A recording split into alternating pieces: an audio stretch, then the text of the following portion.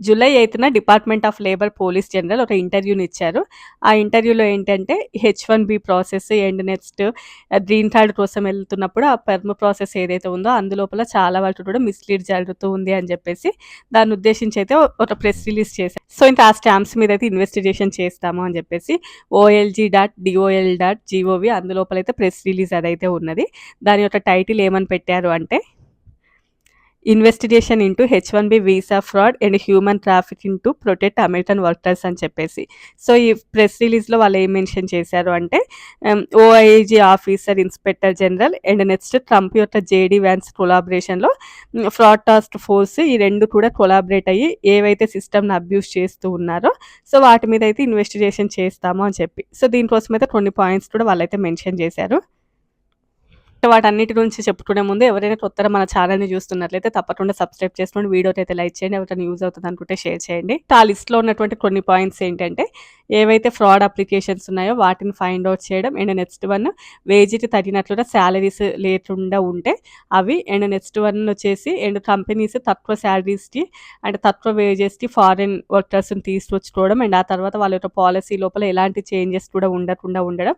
So ఇలాంటివి చాలా కూడా ఉంటాయి కాబట్టి ఇలాంటి వాటిని ఫైండ్ ఔట్ చేసి సో వాళ్ళకి ఫ్యూచర్ లోపల అంటే ఈ H1బీస్ ఇచ్చేటప్పుడే కానివ్వండి లేకపోతే ఈ పర్మ్ ప్రాసెస్లో కానివ్వండి చాలా వరకు మిస్‌లీడ్ జరుగుతుంది అని చెప్పి మెన్షన్ చేశారు. అండ్ వాళ్ళు ఇంత పర్సెంటేజ్ అంత పర్సెంటేజ్ అని చెప్పేసి ఎక్కడ కూడా మెన్షన్ చేయలేదు. అండ్ ఇదేమి పెద్ద పాలసీ అయితే ఏమి కాదు అండ్ రూల్ చేంజ్ అలాంటివి ఏది కాదు.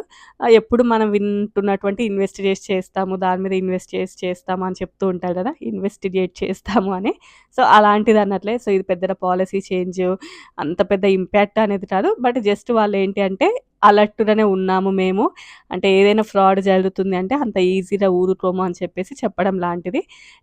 బయట ఏంటంటే చాలా వరకు అంటే సోషల్ మీడియాలో ఎక్కువగా వింటూ ఉన్నది ఆల్మోస్ట్ ఒక 95% వరకు H1బీలలో ఫ్రాడ్ జరుగుతూ ఉంది. ఆల్రెడీ వాళ్ళు మెన్షన్ చేశారు అని అంటున్నారు. ఎక్కడ కూడా అలా ఏం మెన్షన్ చేసలేదు. 95% ఫ్రాడ్ అంటే అసలు ఆ సిస్టమే మొత్తం రాంగ్ అన్నట్లు. మొత్తానికి సిస్టమ్‌నే తీసేస్తారు. బట్ అంత పర్సెంటేజ్ ఉండదు. ఈవెన్ 2008 ఆ టైం లోపల ఏంటి అంటే ఒక 20% వరకు H1బీలలో చాలా వరకు మిస్‌లీడ్ జరుగుతుంది అని అయితే తెలిసిందంట. బట్ ప్రెజెంట్ అది పెరిగిందా లేదు అంటే తగ్గిందా అనేది ఆ డేటా అయితే ఇంకా ఏమీ తెలీదు మనకి. అక్కడ అలాంటివైతే ఏమీ మెన్షన్ చేసలేవు. బట్ బయట మాత్రం మనం అలాంటివి వింటూ ఉన్నాం. అండ్ నెక్స్ట్ వన్ ఏంటంటే అంటే ఒక కంపెనీని ఆహ్, చూపించి చెప్పారన్నట్లు వాళ్ళు. అంటే ఒక కంపెనీ లోపల H1బీలో ఇలా జరుగుతూ ఉంది అండ్ దానిని లిస్ట్ ఔట్ చేశాము అని చెప్పేసి. బట్ దానిని అంటే ఆల్మోస్ట్ ఏంటి మనకి ఏదైనా ఒకటి ఇలా జరుగుతూ ఉంది అంటే అది ఇన్వెస్టిగేట్ చేసిన తర్వాత అసలు అక్కడ ఏం జరిగింది అనేది తెలుస్తది. బట్ ఈ మధ్యలో సోషల్ మీడియాలో చాలా వరకు కూడా ఏదైనా అంటే ఇలా అని ఒకటి చెప్పడం స్టార్ట్ చేసిన తర్వాత ఆ తర్వాత వాళ్ళకి వాళ్ళే చాలా వరకు కల్పించుకొని ఇదంతా ఇంక ఇలానే అయ్యింది అని చెప్పేసి ఒక కన్క్లూజన్‌కి కూడా వచ్చేస్తారు. అది ఈవెన్ H1బీలే కానియండి ఈవెన్ ఏదైనా చాలా వరకు టాపిక్స్ మీద. సో మొత్తం కూడా అది కాదు అక్కడ జరిగేది. బట్ ఇన్వెస్టిగేట్ చేస్తే తెలుస్తది అసలు అక్కడ ఏం జరిగింది అని చెప్పేసి. సో ఇలా అయితే చాలా వరకు ఉన్నాయి. అండ్ ఫ్యూచర్‌లో అంటే మెయిన్‌గా వేజెస్‌కి తగినట్లుగా సాలరీస్ అయితే ఇవ్వాలి. నెక్స్ట్ వన్ ఈవెన్ 2025లో అప్పుడు కూడా చాలా వరకు ఈ న్యూస్ వచ్చింది. అంటే టాస్క్ ఫోర్స్ వాళ్ళు ఎవరైతే ఉన్నారో వాళ్ళు H1బీల మీద అండ్ ఈ పర్మ్ ప్రాసెస్ మీద అయితే ఇన్వెస్టిగేట్ చేస్తున్నారు అని చెప్పేసి ఒక 180 అప్లికేషన్స్ కూడా ఉన్నాయి. అంటే ఒక 180 వరకు ఫైల్ చేశాము. ఇందులోపల చాలా వరకు మిస్‌లీడ్ జరుగుతుందన్నది. బట్ ఆ తర్వాత దాని నుంచి పెద్దగా న్యూస్ అయితే మనం ఏం వినలేదు. ఆ తర్వాత ఏం జరిగింది అని చెప్పేసి. మరి ఎందుకు ఇప్పుడు మళ్ళీ ఈ టాపిక్‌ని తీసుకొని వచ్చారు అంటే 2025లో మేబీ అప్పటికి ఇప్పటికి ఏమైనా మర్చిపోయి ఉంటారా? బట్ మేమైతే అలర్ట్‌గానే ఉన్నాము అని చెప్పేసి. అండ్ కంపెనీస్‌కి అండ్ అమెరికన్ పీపుల్‌కి ఏంటంటే కొంచెము ధైర్యంగా ఉంటది కదా! అంటే చాలా వరకు మన కంట్రీ లోపల మనకి చాలా పాజిటివ్‌గా ఉంటున్నారు అని చెప్పేసి ఒకటి చెప్పడం లాంటిది అనుకోవచ్చు మనం.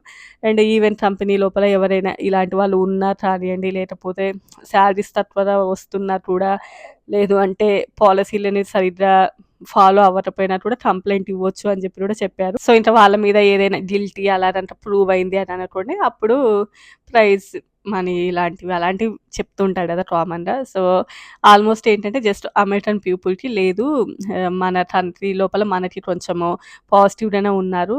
సో, ఇలాంటి ఇన్వెస్టిగేట్ చేస్తున్నారు. ఈవెన్ హెచ్-1బీల మీద కానియండి, గ్రీన్ కార్డ్‌ల మీద అని చెప్పేసి వాళ్ళకొక ధైర్యం అని చెప్పేసి రీసెంట్‌గా ఉన్నటువంటి ఆ ప్రెస్ రిలీజ్‌లో మెన్షన్ చేశారు. సో, అండ్ ఆల్మోస్ట్ ఇప్పటికి పెద్దగా నష్టము అనేదంటే ఏముంది, అందరూ బానే ఉన్నారు. సో, ఏంటి ఇప్పుడు హెచ్-1బీస్ అంటే అంతా బానే ఉన్నారులెండి. పెద్ద ప్రాబ్లమ్ ఏముంది కానీ ప్రాసెస్ అనేది చాలా వరకు కూడా స్లో డౌన్ ఉంది. అండ్ ఎస్పెషల్లీ ఈఏడీస్, ఎవరైతే హెచ్-4 ఈఏడీస్ ఉంటాం కదా! వాళ్ళకి మాత్రం చాలా వరకు టైమ్ డిలేస్ అండ్ జాబ్స్ కూడా పోవడం, చాలామంది జాబ్స్ మానేసుకొని ఇళ్లల్లో ఉండడం, అది చాలా కష్టం. అంటే యూఎస్ లోపల ఇద్దరు వర్క్ చేస్తేనే బావుంటది. లేదు అంటే కొంచెం ఇబ్బందిగా ఉంటది.